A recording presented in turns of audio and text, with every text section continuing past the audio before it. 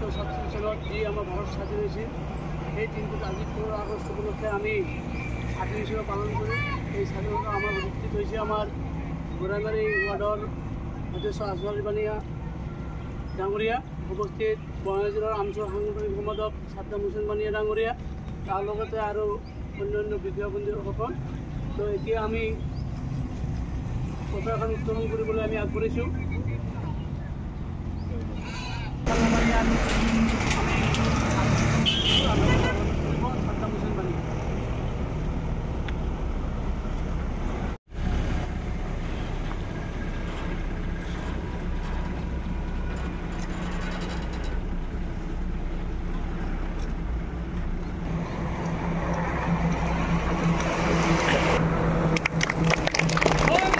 Matram! Matram!